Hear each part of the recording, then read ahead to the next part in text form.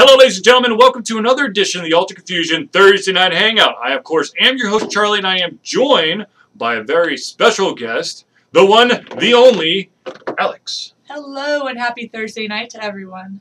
Hello! So, Alex. Yes. People must know. Yes. Gaming. Yes. Do you game? Occasionally. What? I frequent technology, though. So Okay, it's not so like what do you game on? I'm more likely to game on the computer. How about your cell phone? Yeah. Well, I mean, I think everyone games on their cell phone. You can't consider yourself a gamer if you're just playing Candy Crush on your cell phone. Okay, so, next question. Okay? So, do you consider yourself a gamer? Quasi. Quasi. Okay. Is that a term? Yeah. Okay. I don't think there is a set definition for gamer now. I think that there are a range of gamers. You have RPG gamers. You've got like the generic gamer that basically will pick up anything. You have the social media gamer, quasi gamer. Sure, yeah, that would fit. Quasi. Okay. All right. Okay. As many of you might have noticed, a small itty-bitty, inconveniently placed convention has been happening this week. It's called the Electronic Entertainment Expo, also called E3.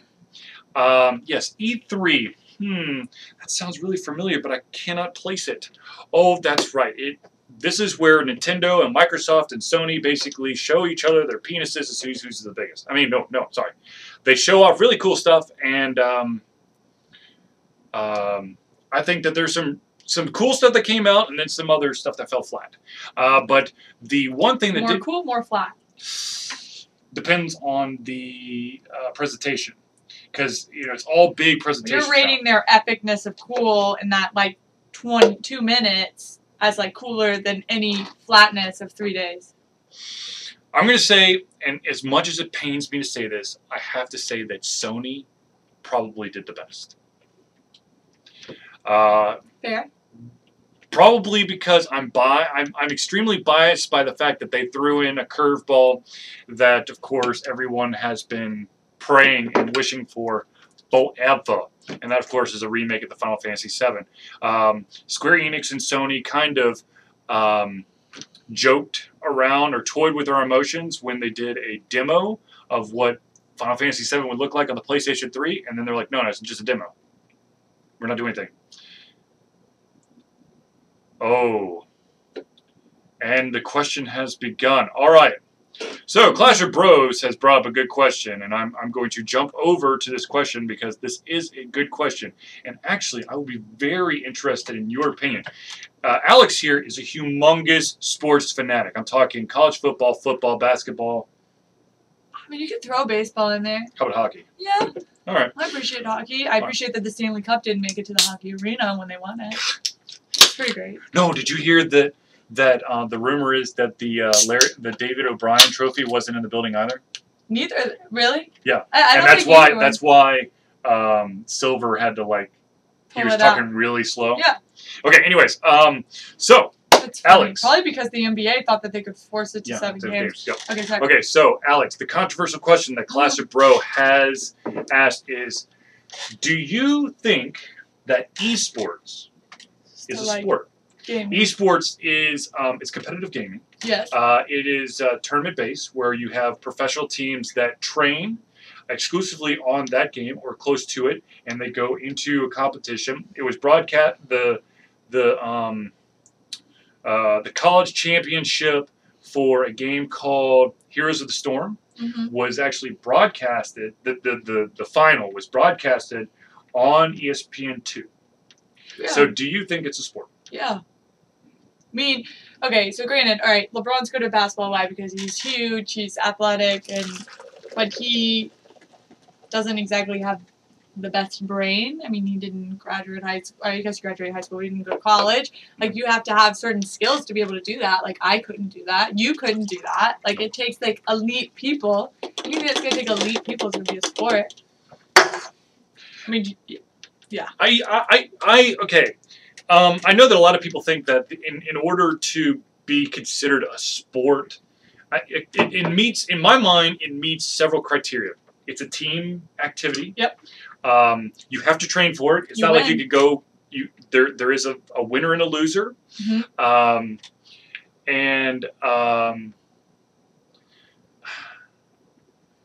There is a finite amount of time that you can do this in.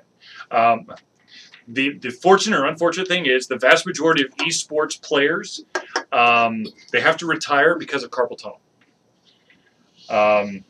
You're training so much to click and to type that you're going to destroy your magic right here. The brain might be willing, but the body can't do it. I could see fights against this being like, but you're not.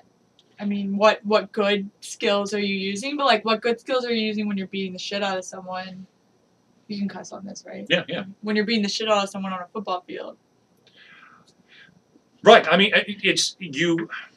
There is a main objective, and at the end of it, there is a winner and a loser, and it's two teams enter the arena. One survives. Do you win money? Yes. Yes, there is a pool. Definitely a sport. You consider chess a sport? See, okay. You're being a little hypocritical. Yes, yeah, I think you do, but I think the problem is a lot of individuals out there believe that there is an old school definition of sport, and so it has to be baseball, it's got to be basketball, it's got to be football, something like that. It can't be different. To me, sports is a competition. Right, absolutely. Synchronized swimming. It's a sport. It involves skill, you're competing, and there's a winner. It's a sport. Yeah. So yes, Clash of Bros. I think we agree It's not really that controversial. We both agree. Esports is definitely a sport. Especially, and I'm going to be totally honest with you. If you make it on ESPN, you're a fucking sport. I mean, what does ESPN stand for?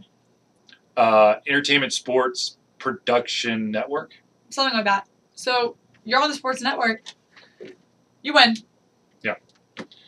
So yes, I think so, and you could definitely tell. I know that a lot of people, a lot of like individuals who just likes the football and the basketball and the tennis and the golf and the baseball and all those other sports or all those other activities. Let's just say activities are pissed that they showed the championship for Heroes of the Storm, but it brought in a lot of viewers because you have a lot of individuals. See, here's the thing. ESPN is smart because all of this stuff has been broadcast either exclusively on the company's website or they are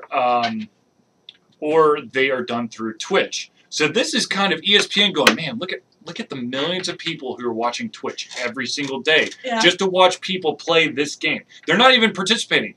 They are literally just the audience. They're spectators. So, oh my God, let's see if we can get a couple sponsors in here. Let's get Monster Energy Drink. Let's get Red Bull, Mountain Dew, some munchie food, some Lay's potato chips, maybe some Pringles. Let's see if they're interested. Some Coke.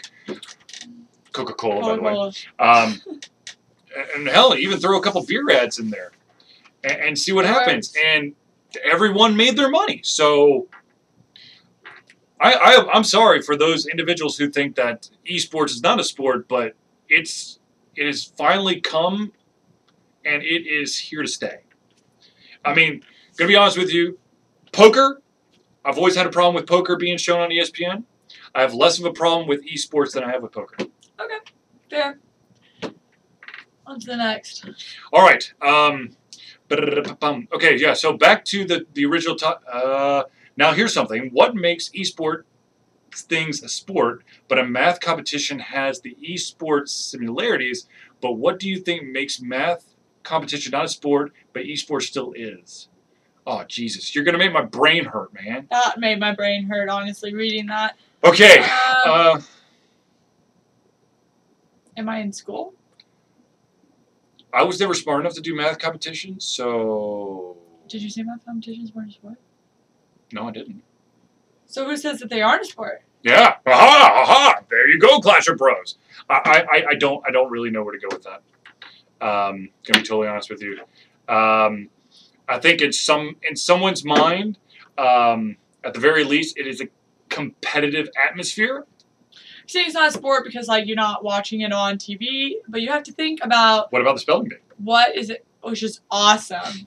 Yeah, it is. And that is totally a sport. The kids are way smarter than anyone I know. But you have to think of like the entertainment side of it. Like a math competition might be kind of sport-esque. Yeah. But like, are you going to enjoy that? Right. I'm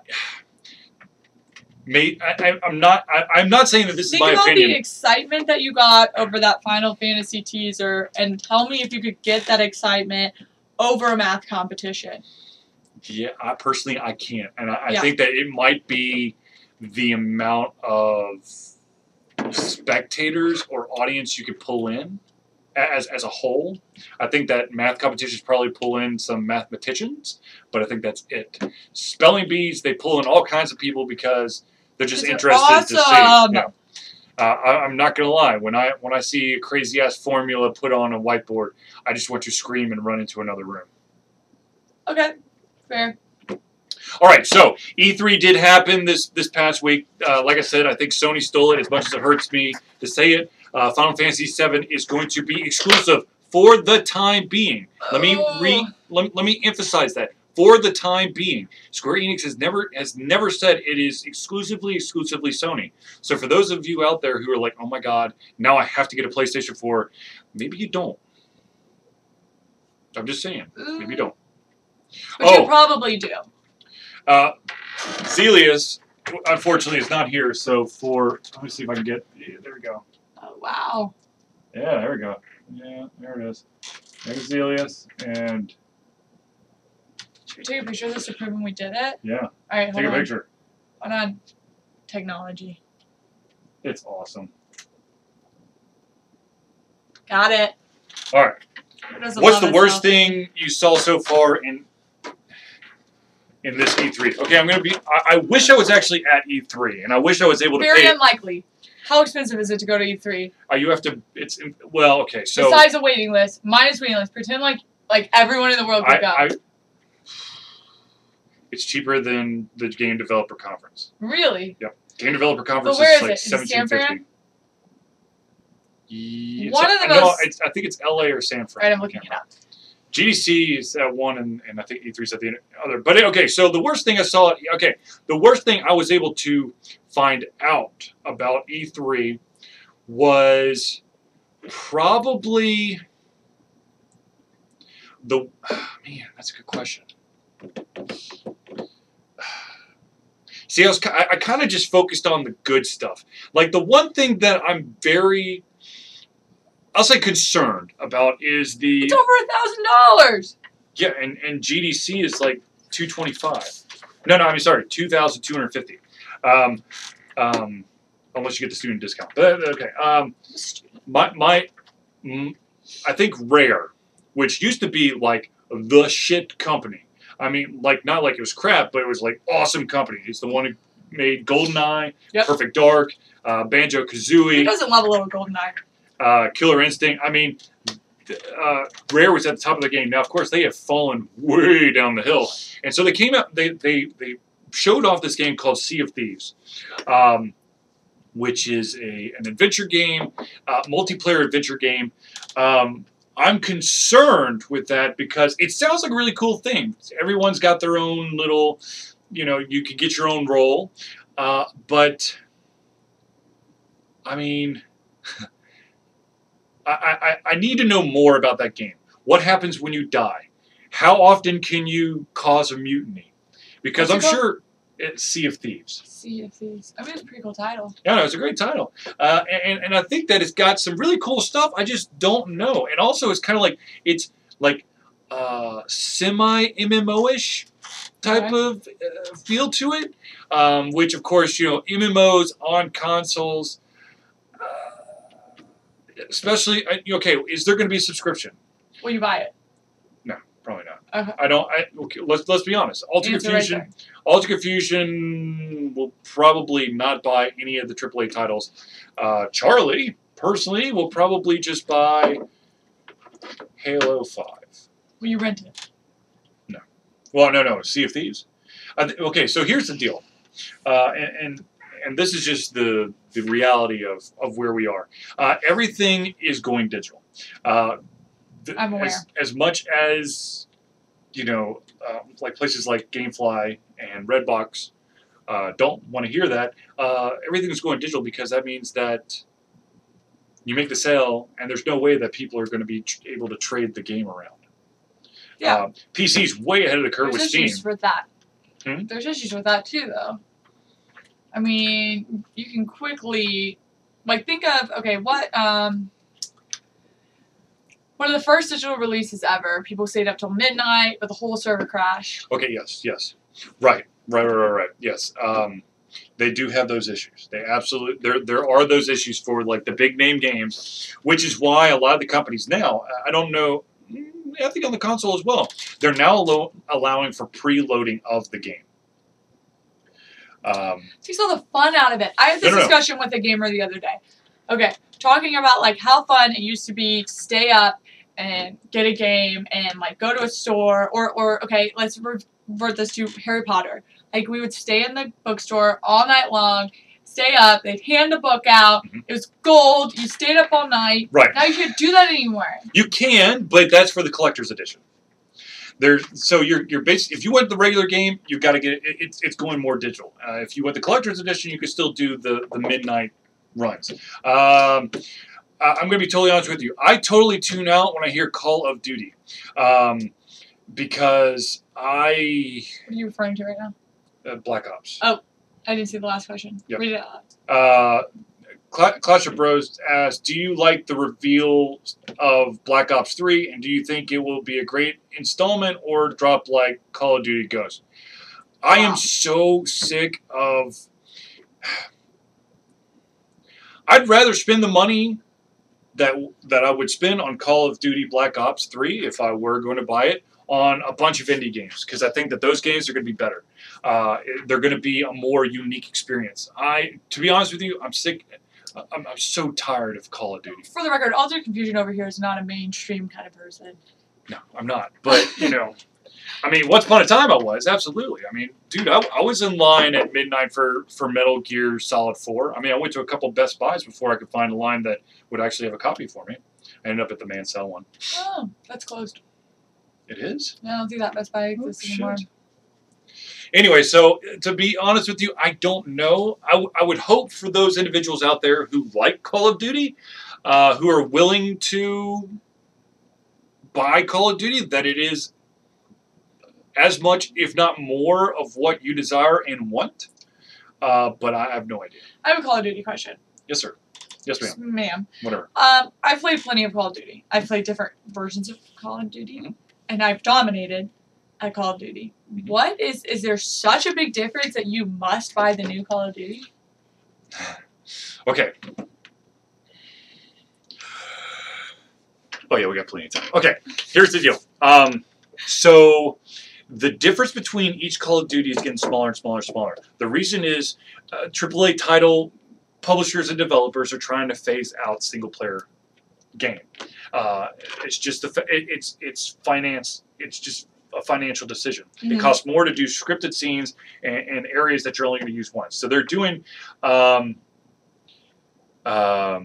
So what they're doing is they're trying to install just the core mechanics with a couple of weapons, a couple of different skins for your character, and then a couple of maps. So like emojis. The maps are going to be different every single time, and then yes, basically the single player is your tutorial.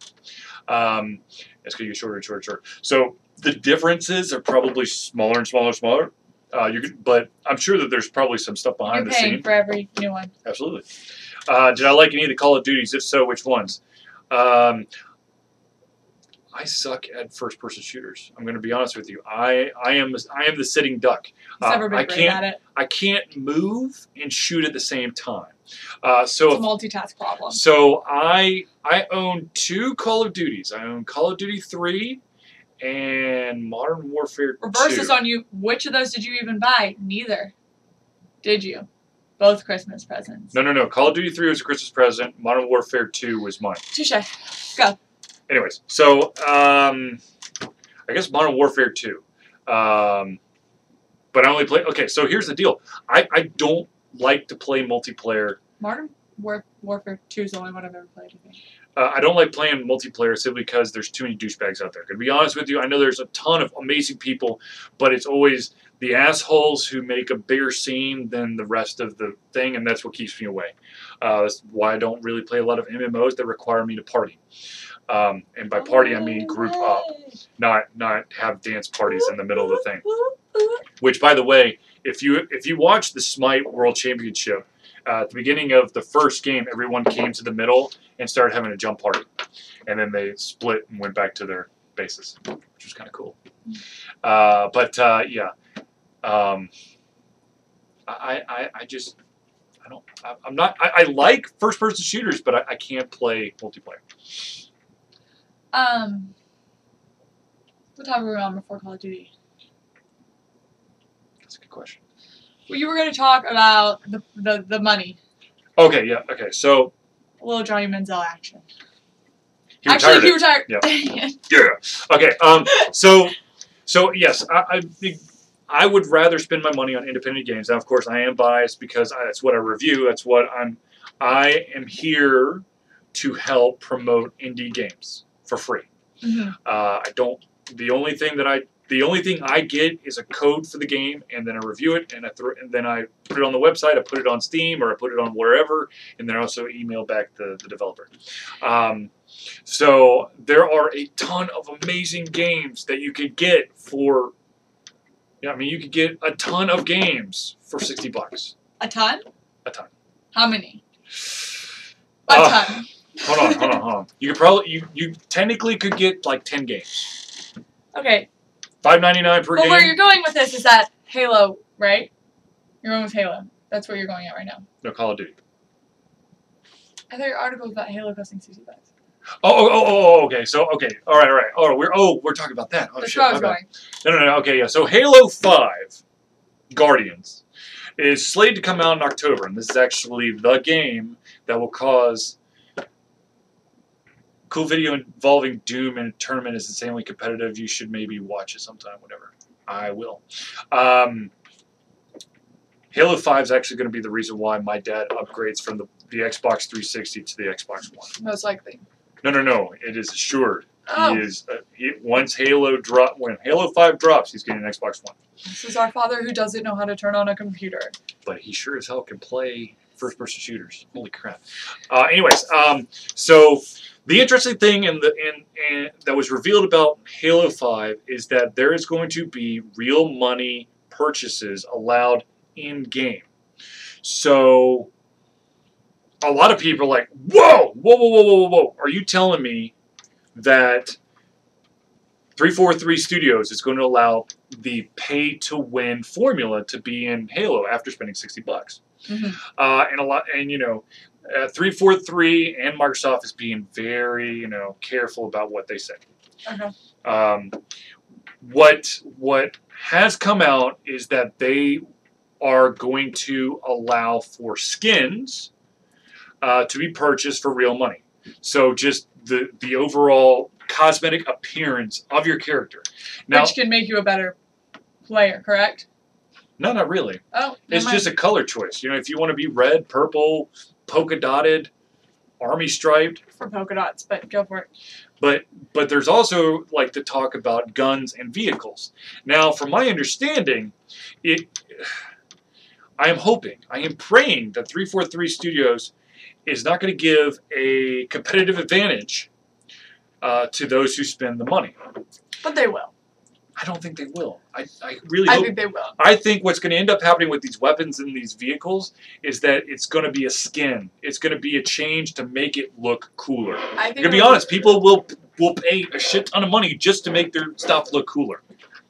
Okay, so maybe it'll start like that, but it'll end up being that you need to pay to have an advantage in the game. That's dangerous, man. That's dangerous. You could turn off the vast majority of the population by doing that. Turn off or get more money? I think you get more money. No, get more money in the front run, in the beginning. Right, if you were a no-name game that no one heard of. Yes, you would be turning yourself off to other people, but the situation, I'm telling you, they're going to have those people that are like, oh, I can spend that extra $20, and they're going to get money, and they're going to be fine. But the problem is going to be the individuals who come in late to the game. People who have paid, $40, $50, $60, $100,000 at that point, and they will be so outclassed that the newcomers will be so outclassed, they'll be like, fuck it, I don't want to play this game. Was it not how it is already? Like, you can be pretty far advanced in the game. Here's the thing. The way that Halo works, it's got a competitive matching system.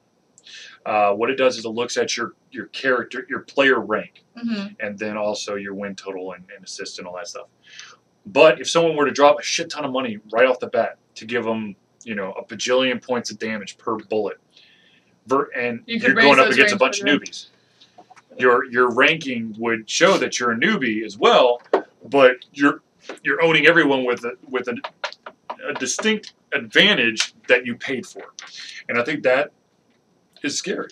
I mean, it's absolutely scary. Yes, I think if you're going with a free-to-play MMO that has microtransactions that allows you to buy real stuff to make you a better character, then absolutely. But when you're doing in like a player versus environment type of game, but when you're doing player versus player, exclusively player versus player, especially if you're paying for it up front before you even get to play the game, I would be very hesitant about doing a pay to win. Okay. That's your opinion. I'm not saying I would want to participate in a pay to win. I'm just saying that the company, I don't necessarily see a problem with doing it. They want to make money. Right. And that might be a controversial place to come from, but people are going to pay it. I know, but there's other ways to do it. I mean, a lot of companies, going to be honest with you, MMOs for the most part are now free to play. They just can't do the subscription model because there's so many out there. No one's going to be willing to pay unless it's World of Warcraft. So what they do is they give you bonuses to the amount of gold you pick up or the amount of experience you get per kill. I see where you're going with this. So yeah, you get the fast track to potentially buy better items, to level up faster. But it's not a direct, you're a level 1 and you have a weapon that you should find when you're level 92.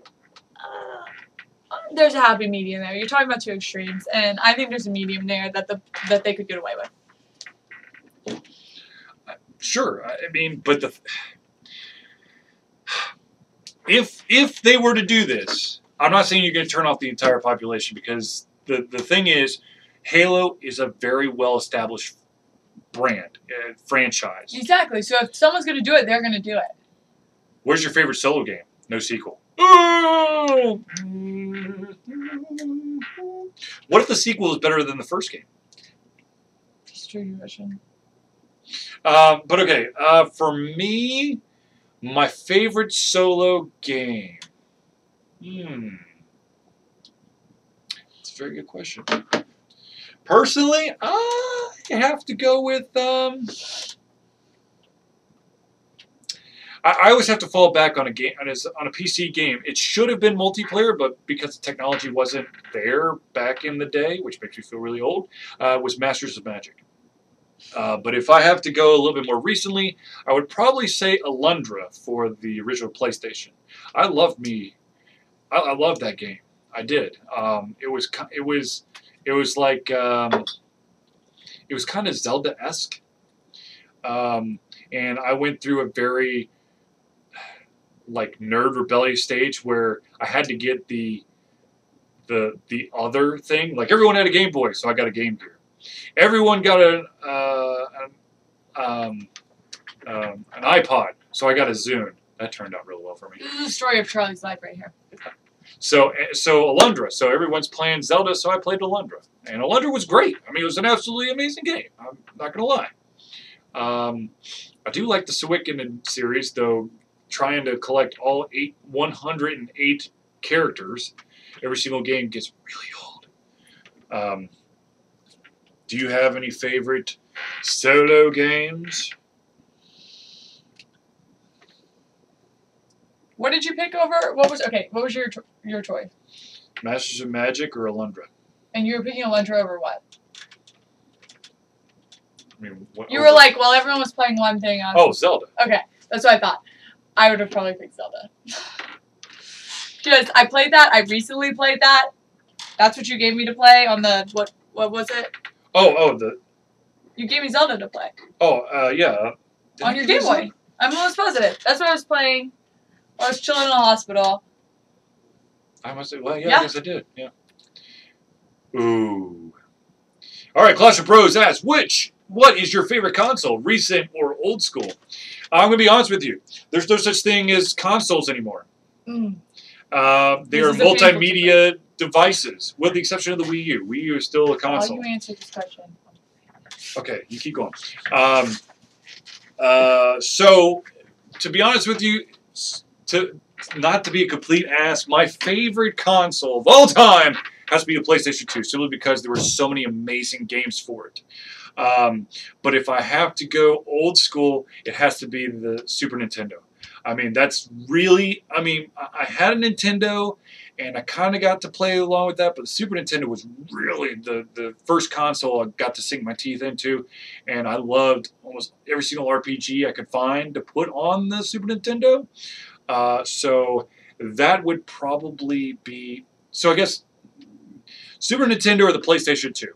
PlayStation 2 for the library, Super Nintendo because it was really my first real console.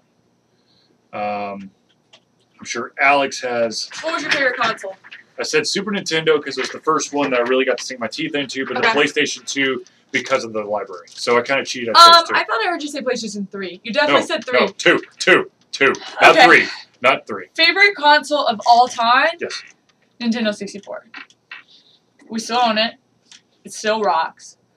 It's still favorite of all time. And do you still have it? Yeah. Okay. I wouldn't just give that shit away. What world do you live in?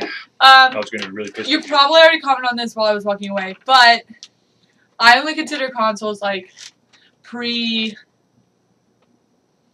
don't know, PlayStation 3, Xbox 360? Yeah, because it's like a DVD player, or like watch me walk around the room, or let me talk to you now, which you probably had a fancier word for. But after Nintendo 64, it'd be a PS2 because like the first DVD player. We played SSX Tricky on Christmas. Stayed up all night playing it when we got it. And it was just, and I remember it being like pretty revolutionary when it came out. Like it was compared to nothing else. I think that's what were your answers? PS2 and Super Nintendo. Okay, so we both went PlayStation 2, and we both went with the Nintendo console. So Clash of Bros also asks, or says, I find it funny how so many consoles battle out so much, but then PC has been around forever and is more than consoles. PC's changed almost more than consoles has. So here's the deal. The console used to be reign supreme because I had the bigger I don't know. The thing is, the PC has now severely surpassed the consoles, probably because there's no such thing as consoles anymore. The other thing is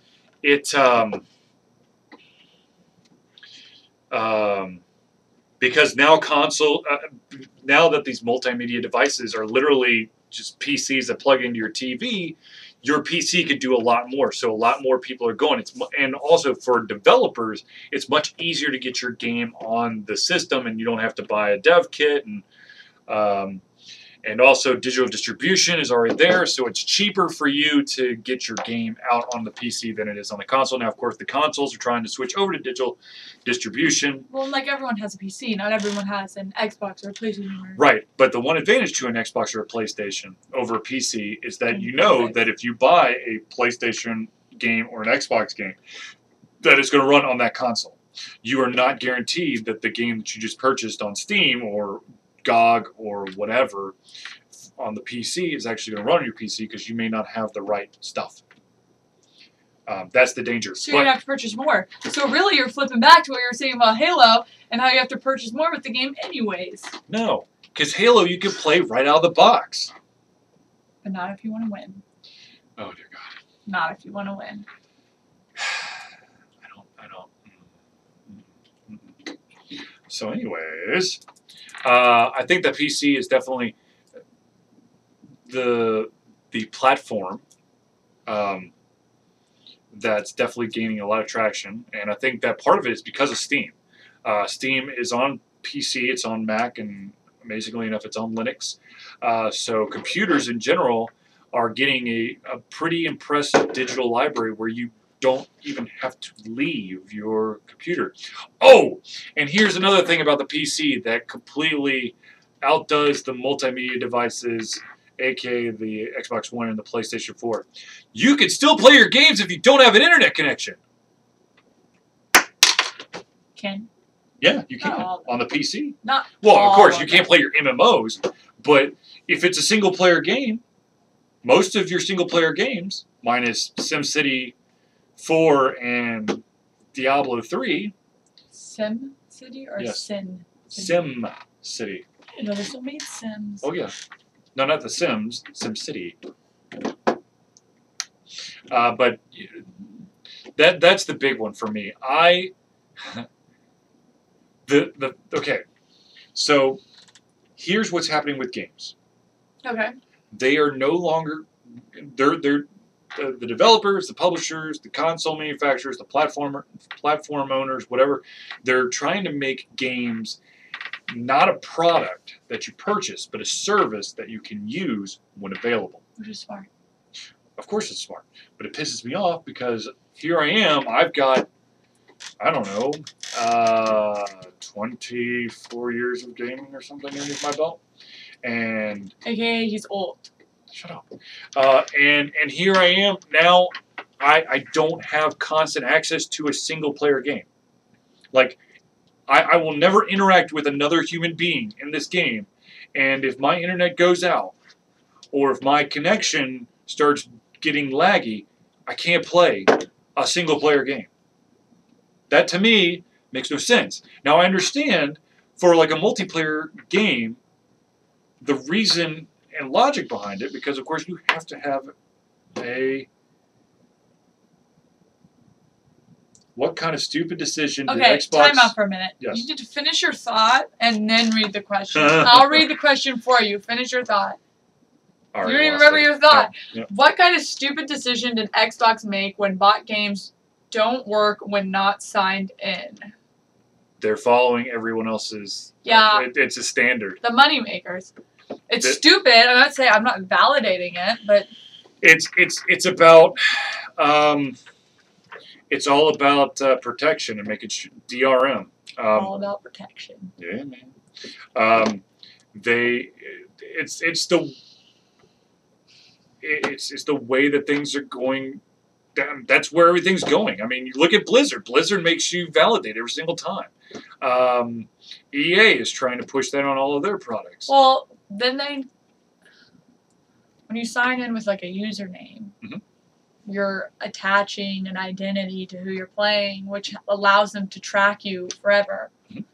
They know your email address. They know how to get a hold of you. They know how to broadcast their cool new product. Mhm. It's the only way to go now. Right, and I'm gonna The days of memory cards. look. Here's the deal. We're almost to this point. We're not here yet, but the mentality of always online is here to stay. Unfortunately, there's no way around it. The vast majority of the AAA titles are going to be always online, and the reason is, I think with the next big speed upgrade to the internet, I think you're going to start seeing personalized placed ads. So like in Madden, you're going to be playing the game and it's going to have ads that sponsors and whatever are paying EA to put there, and every single time they display it, the sponsor has to pay a little bit of money. It will be like the internet. You know, like when you hit a website, it's already started to personalize what ads you see. Well, you're going to see it in game. So, you know, when you're doing a racing game and the billboards, it's all going to be Mountain Dew ads for me. I mean, Mountain Dew and Kickstart and I guess beer or something. I don't know, but that's what it's going to be, because what the end result is with Microsoft. They're trying to connect all of your information, your Bing habits, your email, and your Xbox login. They're trying to tie them all together so that they can personalize the experience, which is awesome, but it also means it's invasive because personalized is a gentle word. Right. Well, that's the the nice fluffy word that they like to use. But the thing is, there is something to feeling like they're paying attention to what you like and what you need, but at the same time, they're data mining. They are basically stripping your identity down to ones and zeros and then selling it to the highest bidder in many cases. So it's a good question. Clash of the Bro, do you have another one for us before we go on a different topic? It's a little bit of delay, so yeah okay. We'll give you a minute. Oh, speaking of consoles, some great news, maybe, possibly, I don't know. Ouya has been purchased by Razer. Yes. I know that some people, God, I guess I'm aging myself here, but some people, when they think Razer, they still think about the Motorola Razer, which was a terrible phone. It's a great phone. But the Razer I'm talking about is the high-end gaming components like keyboards and mice, headphones, and gamepad manufacturer. Now, the thing is, I wonder if they're going to come out with a new Ouya, or if they simply bought the game or bought the company so they can get their library of games. Library of games. How much should they buy it for? Hot. Let me read it, since Charlie has the attention span of a 5-year-old. No. I don't know how much they paid for it. All I know is that the news broke before before the official press release could be. Well, okay, actually, pause. We'll answer that question in just a minute. But you were talking about keyboards, right? Mm-hmm. Are you particular about your keyboard? I found out recently that some people are pretty particular about their keyboards. If I'm going to game, I want a specific type of keyboard. Like what? Okay, this is the keyboard we're looking at right here. What is this? That's the Logitech. Okay. Yeah, I want to have it wireless. Okay. Is there a clicking thing for you? I've heard that some people have a little bit of a clicking thing. No, I mean I like the soft. I don't want to make it loud taps. You don't need a typewriter. Yeah. So like, let's see here. I'm okay with this. Okay. Yeah, I'm okay with that. And I know you have to have the arrows. No, well, I did WSD. That's my arrows. Okay. But I want to, I want to be able to mute, and it's basically the standard keyboard. You have a dislocated thumb. Huh? I think your thumb is like triple jointed. Do that again. What? Yeah, it's not normal. Okay, on to the next question. What is your favorite game company? Supergiant Games. The reason is they've made 2 amazing games, Bastion and Transistor. And not only did they make amazingly gorgeous games that have a great single-player story, but their soundtrack is mind-blowing. So at this moment, Supergiant Games, hands freaking down. But if you want more of a AAA title type of company, ooh, I used to be such a Square Enix fan, or SquareSoft, now Square Enix fanboy, but I kind of got tired of the JRPG, Japanese RPGs, role-playing games, that the vast majority of the game is built around a grind mechanic, which means that you have to just fight over and over and over again until you level up enough to actually progress in the game. I want to be able to jump in the game, and yes, I want to level up and I want some difficulty, but I want to be able to kind of, go through where if I don't want to grind, it's going to be more difficult, but it's still doable. Hey, Okubo, what's up? This is our guest host, Alex. We're talking about our favorite game company. Like I said, Supergiant Games, Squaresoft. Now, Square Enix used to be. Okay, that's your favorite game company, but if you could work for any game company in the world, what would you work for? Like work on what their games, work on what they're creating. Go. Oh my God. Okay. I see who produces your favorite games, but Okay. Well, developed. I'm Sorry, not talking about producers. Producers are killers. My lingo. Okay. If I were to work for a game company, who would I want to work for? Big company, right? Like, I mean, it's your choice. You don't have to work for a big company. So, I mean, you don't want to go broke, but right. I guess in the perfect world, I don't know. I would be interested in working it for Bungie. Okay. Where are they located? Seattle. Yeah. Okay. Redmond, I think. But if I mean, it would kind of be cool to work for High Res because I know so many people there. Yeah. And it's close to home. And the technology that they're pumping in and out of that place are like no other. And they are the #3 MOBA in the world. Do you know what MOBA stands for? You're going to tell me. Massive Online Battle Arena. Boom. What is that? Defo Firenix? I don't know. We are dumbfounded. I think they're talking about Square Enix. Oh. Anyways, so yes, that would be the company. I would like to comment. Do you drink that Mountain Dew and then go to sleep? Yes. I don't think that's normal. I know. I'm not normal. Thank you for that comment. All right. You've been playing some Zelda. Okay, played some Zelda. Did you play some Professor Layton? Yeah, the puzzle game. Mm-hmm. Yeah. You like that? Yeah. Level 5. That'd be another company I would love to play. It's rare that you give me a game that I don't like. It's more about having the time. Layton's just puzzles, though. I mean, it's got a story to it. Well, I got to be working towards someone, and I'm a very competitive person, so I need to be beating someone specifically. Like why we both have matching Fitbits right now, because I need to beat someone. In a competition, not physically. Yeah, like I'm not going to beat him. That would probably make for good video, but we're not going to do that.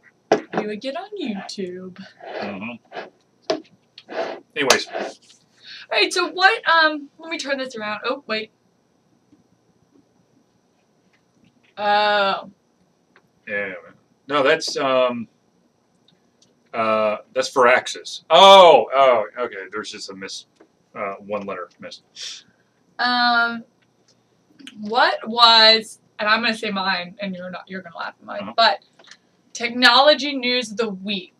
Like, what did you learn from last Thursday to this Thursday that blew your mind the most? Anything that has to do with technology. The amount of attention that Microsoft is paying to virtual reality companies. There's two big independents and, of course, their own. They've got the HoloLenses, which is their own brand of VR glasses. And then you have the Oculus Rift and the HTC Vive, which is, the Vive is the one that's being supported by Valve, the owners of Steam. I find it interesting that Microsoft is basically, because Microsoft has its own product, HoloLenses, but they are also going out there and making sure that the Rift and the Vive or Viv or whatever are fully compatible with their Windows 10, because what Microsoft is trying to ultimately do is have this crazy-ass platform where you can play your Xbox One games and your Windows 7 stuff across the board. You can stream it from one to the other. Yeah. And I find it interesting that they're putting so much attention on those 3 VR devices, simply because this could be awesome for VR. If Microsoft is backing at least 3 of the bajillion that are out there, there could be a standardization of the software development kit which would then make VR more feasible.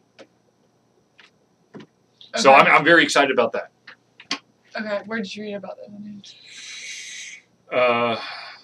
Ars Technica, Joystick, and Facebook. Pretty solid sources. Hmm. My technology news of the Yes. week is that Arnold Schwarzenegger is now the voice of Waze. Yes. Yes. Very interesting. And very smart marketing. You will turn left if you want to live. You have reached your destination. That'd be weird. But hey, Waze is making that thing came out of nowhere and is awesome now. I mean, smart. They took Google traffic Mhm. and created like a mastermind. Mhm. I'm impressed. It knows everything about you. Yeah, it's a little scary. But at this point in time, you have to assume that everyone knows everything about you, and you just got to make sure that it doesn't get to where you don't want it. Yeah, absolutely. It's my opinion. People are going to steal your information. People are going to steal your credit cards. Just make sure they don't steal too much. Which is why I'm not a very big fan of Sony, because they decided to keep their old technology firewall protections, and everyone's credit card got stolen. Well, Sony's kind of in the shithole in general for that, Well, right? yeah, they had that big break. Sony Pictures had that huge break in where all of like a bunch of the celebrity stars, like social security numbers and home addresses and phone numbers and whatnot, were also up for I grabs. appreciate that. Smart, whoever did that. Amen. Amen. Amen. But yeah, so another bit of news, since we're in the news now. What? It was just announced What's that announced? Taylor Swift's most recent album won't be available on Apple Music. Huh, interesting. Yeah. Okay, there was one other big story that I did want to bring up, and I want to preface this by saying I am not a Microsoft fanboy. I am a fanboy of independently developed games, but the one device that I have out of the three, Wii U, the PlayStation 4, the Xbox One, is I do have an Xbox One, and I very rarely, but sometimes, play games.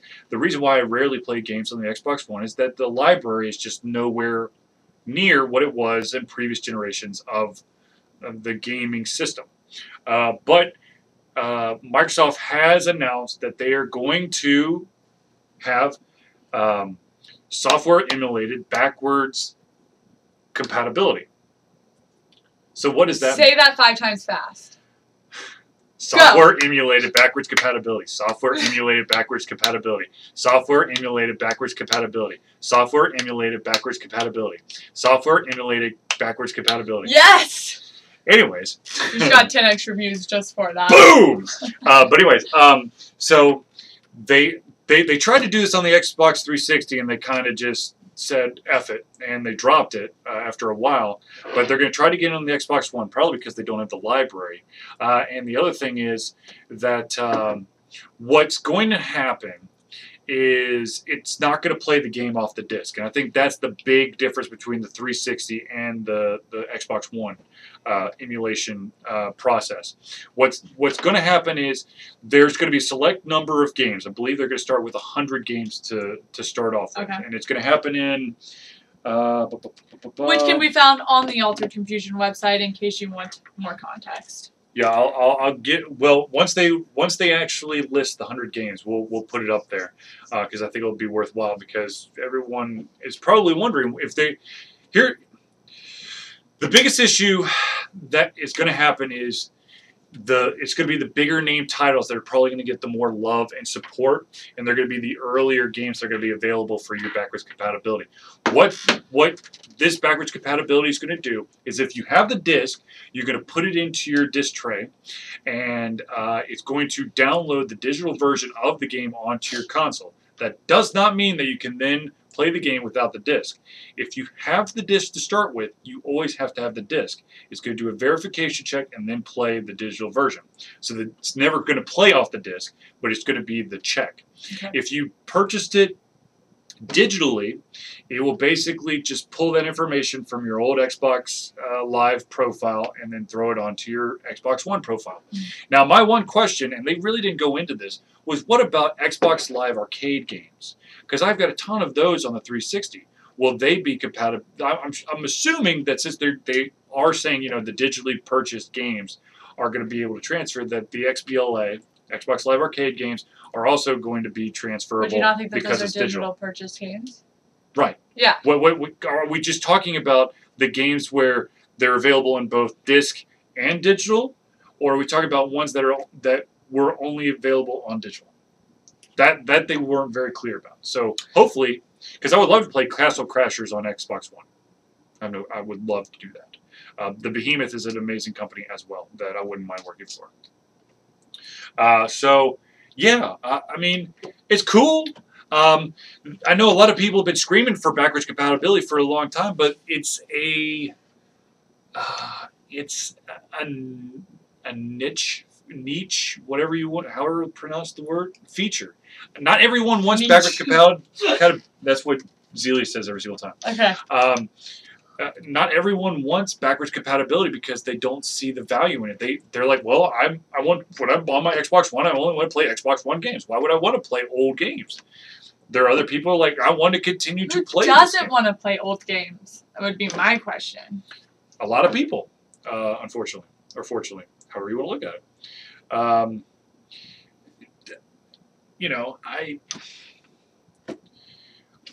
I like backwards compatibility.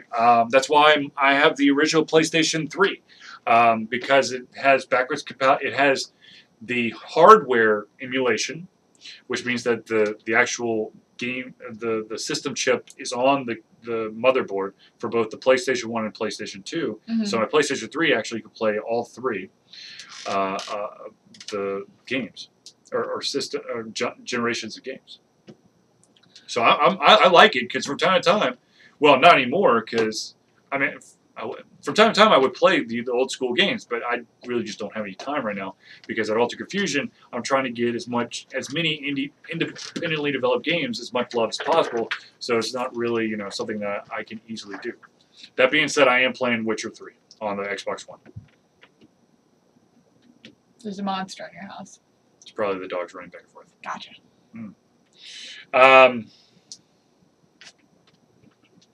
Do you have any questions, thoughts, concerns, criticisms? I don't think so. I'm pretty content with where we're at here. All right, well, cool. Well, okay, ladies and gentlemen, we have now reached the 9 o'clock hour, so unfortunately we're going to have to wrap up the show. But I do want to thank everyone who is watching this live and also those of you who are going to be watching the recording of this episode. But we have to go. So thank you for tuning in to the Alter Confusion Thursday Night Hangout for myself, Charlie, and my special guest, Alex. It's been a pleasure to give you the crazy, amazing stuff coming out of our minds, and some of it that's probably coming out of our butts. Because I'm going to be honest with you, sometimes I just kind of fly by the seat of my pants. But if you have any questions, comments, concerns, or criticisms for us, the Alter Confusion Cast, you of course can drop us a line on our Facebook page, Twitter, which is Alter Confusio. It's Alter Confusion without the N. Or, of course, you go to www.alteredconfusion.com, and there's a Contact Us link where you can fill out the form, and it comes straight to me, and I will answer as quickly as possible and then get back to you. But until next time, it has been a pleasure giving you what we got, and we hope that you tune in next week for another Thursday Night Hangout. Which I'll probably replace Zelius once again. So I will see you then. So I know that Zelius... Okay, so here's Zelius real quick. Again. And he's going to say, keep on gaming in the free world. And I'm going to say, amen to that, brother.